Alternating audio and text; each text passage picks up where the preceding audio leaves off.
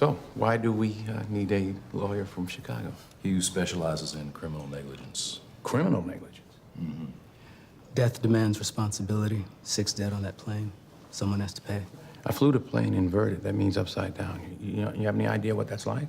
I do. I heard the black box recordings last night. Oh, you heard? Saw you a pilot? No, I'm not. Then you don't know what you're talking about. All right, let's cut to the chase. Just tell me what it is I need to know, Charlie. The NTSB GO team also collects blood, hair, and skin samples. An initial report shows that you had alcohol in your system. Thank you. So that was, doesn't mean anything. A couple of beers the night before the flight. This toxicology report states that you were drunk. And if it is proven that your intoxication was the cause of the death of the 4 passengers, now we're gonna look at 4 counts of manslaughter. That could be life in prison. Well, I'll give you my personal opinion. I thought it was fantastic. Well, thank you. I thought it was actually pretty brilliant. I've actually seen it twice, so I'm like, wow, this is like amazing. I like being sucked into something that's so real and always 2 steps ahead of me. Because most movies, I can kind of be like, okay, this is going to happen, that's going to happen, done. But this like kept me on my toes. So job well done. Appreciate it. So you back to live action. What did you do with the mocap? Are you still with that? No, I'm still. I don't have an agenda. I just go where the good scripts are. Now, how did all your work with the mocap help when you dove back in with the live action? Did it have any benefits? Or? Huge benefits. I mean, the plane crash is all CG. Okay. All the artists that I had doing mocap were here to allow me to do all of that at a very, very reasonable price.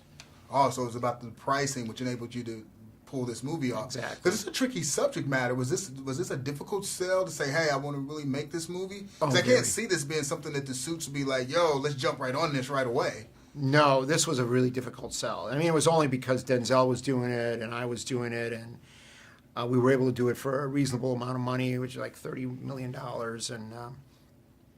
But yeah, these movies are few and far between because, I guess just on paper they look like they're very difficult to get the word out to the folks. They're complex, so they can't really. They're hard to sell in 15 seconds. Okay, right.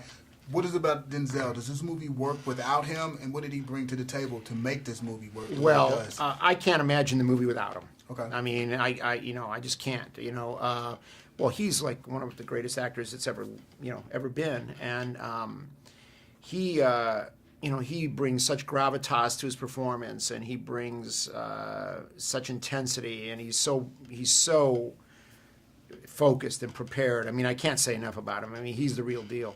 Fantastic. Now I want to find out from you personally, what's the worst experience you've ever had on an airplane? Getting your bags lost. That's good. And that's the worst I ever wanted to be. That's not bad. No, I want to have I want to experience my plane crashes at the movies.